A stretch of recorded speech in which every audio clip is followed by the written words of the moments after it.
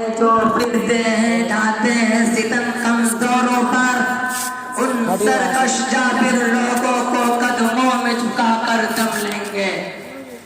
محترم حضرات، سامعین اکرام، السلام علیکم ورحمۃ اللہ وبرکاتہ۔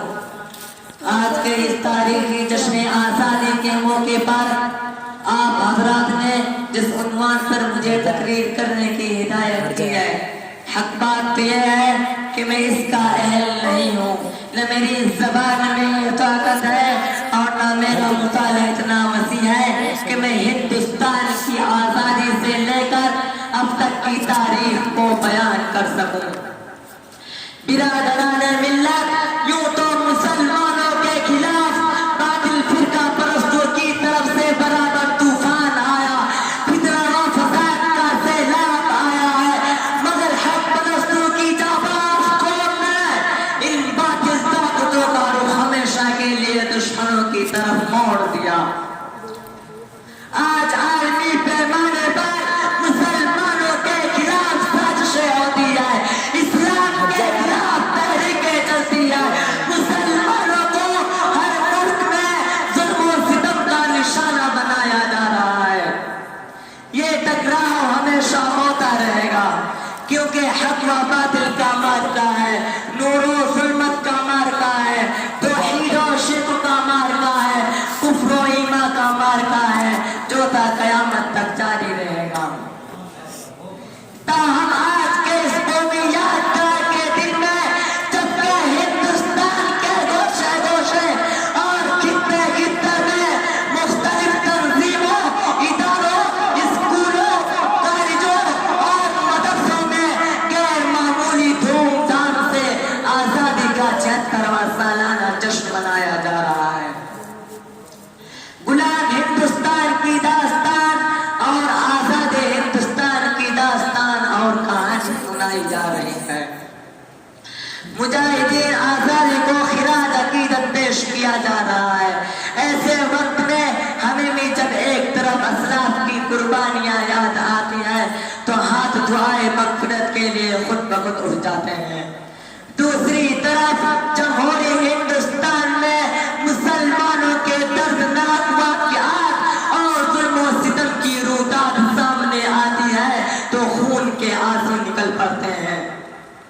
جن مسلمانوں نے تحریک آزادی میں اپنے لہو سے مادر وطن کی پیاس بجھائی اور پھانسی کے پھندوں پر آزادی کا نعرہ بلند کیا، جن مسلم حکمرانوں نے اپنی 700 سالہ تاریخ میں ہندوستان کو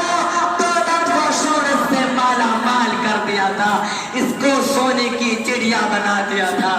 جن مسلمانوں نے ہندوستان میں اتحاد و اتفاق کا چمن لگایا تھا، ہندو مسلم یکتا کا چراغ روشن کیا تھا، انہیں آج غدار کہا جا رہا ہے، دیش کا دشمن بتایا جا رہا ہے۔ انہیں کیا معلوم کہ جس ہندوستان کی آزادی کے لیے بالا کوٹ کی پہاڑی پر سید احمد شہید رحمت اللہ علیہ اور شاہ اسماعیل شہید رحمت اللہ علیہ نے جان دیا ہے، انہیں کیا معلوم کہ جس ہندوستان کی آزادی کے لیے شاملی کے میدان میں علماء دیوبند توپوں کا نشانہ بنے ہیں، انہیں کیا معلوم کہ جس ہندوستان کی آزادی کے لیے شیخ الہند اور شیخ الاسلام کالا پانی گئے ہیں، انہیں کیا معلوم تھا کہ جس ہندوستان کی آزادی کے لیے 1957 میں 51,000 علماء شہید ہوئے ہیں، انہیں کیا معلوم کہ جس ہندوستان کی آزادی کے لیے دہلی کی چادر چوک میں خیبر تک کے علماء درختوں پر علماء کی گردنیں لٹکائی گئی ہیں، انہیں کیا معلوم کہ جس ہندوستان کی آزادی کے لیے شیخ الاسلام سید حسین احمد مدنی رحمت اللہ علیہ پر شوٹ کا وارنٹ ہوا ہے، انہیں کیا معلوم کہ جس ہندوستان کی آزادی کے لیے علماء کرام کو برہنہ کر کے آگ کے انگاروں میں ڈالا گیا ہے، اس ہندوستان میں مسلمانوں پر ظلم و ستم کا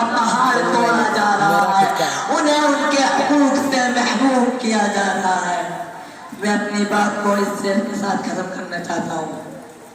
وطن کی خاک پر آیا سر قربان کر دوں گا، وطن کی خاک پر آیا سر قربان کر دوں گا، میں اس کے ذرے ذرے میں جگر کا خون بھر دوں گا. وآخر دعوانا